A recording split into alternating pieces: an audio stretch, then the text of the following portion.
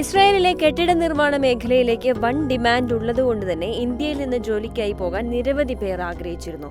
തൊഴിലാളികളെ ജോലിക്കെടുക്കാനായി ഇസ്രായേലിൽ നിന്നുള്ള ഉദ്യോഗസ്ഥരുടെ സംഘം ഉത്തർപ്രദേശിലെത്തുകയും റിക്രൂട്ട്മെന്റ് നടത്തുകയും ചെയ്തു.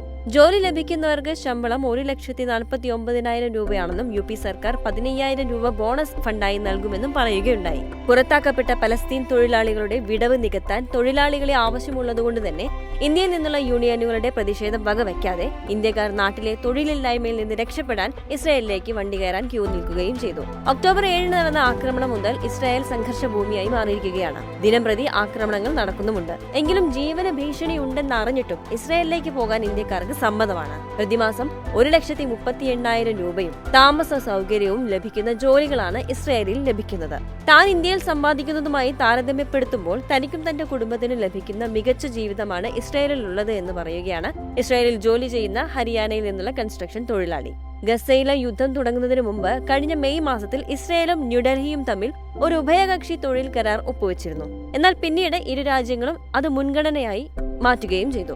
ഇന്ത്യയിലെ തൊഴിലില്ലായ്മയുടെ മൊത്തത്തിലുള്ള കണക്ക് ഏകദേശം 8%. യുവാക്കളുടെ തൊഴിലില്ലായ്മ മാത്രം ഏകദേശം 25%. അതുകൊണ്ട് തന്നെ ഒരു സംഘർഷ മേഖലയിലേക്കുള്ള യാത്രയെക്കുറിച്ചുള്ള ആശങ്കകൾക്കിടയിലും ഇസ്രായേലിൽ ജോലി വിശപ്പ് മാറ്റാൻ സഹായകമാകുമെന്നുള്ളതുകൊണ്ടാണ് ഉത്തർപ്രദേശിലെയും ഹരിയാനയിലെയും ആളുകൾ ഇസ്രായേലിലേക്ക് പോകാൻ തയ്യാറെടുക്കുന്നത്. ഇതുകൂടാതെ ഇസ്രായേലിലെ നിർമ്മാണ തൊഴിലാളികൾക്ക് 10,000 ഒഴിവുകൾ പ്രഖ്യാപിച്ച് ഹരിയാന സർക്കാർ മാസശമ്പളം 1.5 ലക്ഷം രൂപ വാഗ്ദാനം ചെയ്തിരുന്നു. കാർപെന്റിങ്ങിനും അയൺ ബെൻഡിങ്ങിനും പ്ലാസ്റ്ററിങ്ങിനും ഒക്കെയായി 8,199 പേരാണ് തൊഴിലിനായി അപേക്ഷിച്ചത്. ഇവരിൽ 219 പേർ മാത്രമാണ് തിരഞ്ഞെടുക്കപ്പെട്ടത്.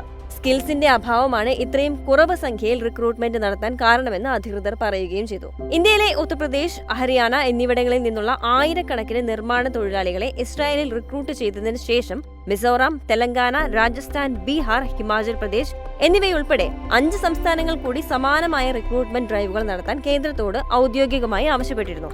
5,000 ഉദ്യോഗാർത്ഥികൾ ഇസ്രായേലിൽ 5 വർഷത്തേക്ക് ജോലി ചെയ്താൽ 5,000 കോടി രൂപ വരെ ഇന്ത്യയിലേക്ക് മടങ്ങാൻ സാധ്യതയുള്ളതായി അന്നത്തെ റിപ്പോർട്ടുകളും പറഞ്ഞിരുന്നു. നിർമ്മാണ വ്യവസായം കടുത്ത തൊഴിലാളി ക്ഷാമം നേരിടുന്ന സമയത്താണ് ബെഞ്ചമിൻ നെതന്യാഹുവിന്റെ സർക്കാരിനെ ഇന്ത്യയിലേക്ക് തിരിയാൻ പ്രേരിപ്പിച്ചത്. ഇന്ത്യക്കാർ അതിനായി ഒരുങ്ങുകയും ചെയ്തു. അതുകൊണ്ട് തന്നെ ഏത് വിധേനയും പട്ടിണി മാറ്റുക, കാശ് സമ്പാദിക്കുക എന്ന ലക്ഷ്യത്തോടെ സ്വന്തം കുടുംബത്തെ വിട്ട് ഇസ്രായേലിലേക്ക് ജോലിക്കായി ആളുകൾ പോവുകയായിരുന്നു. ഇസ്രായേലിൽ മിസൈൽ ആക്രമണത്തിൽ മലയാളി കൊല്ലപ്പെട്ട വാർത്ത വന്നിരുന്നു.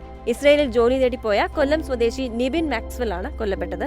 സംഭവത്തെ തുടർന്ന് പല മേഖലയിൽ ജോലി ചെയ്യുന്നവരെ കുറിച്ചുള്ള ആശങ്കയിലാണ് ഇപ്പോൾ രാജ്യം.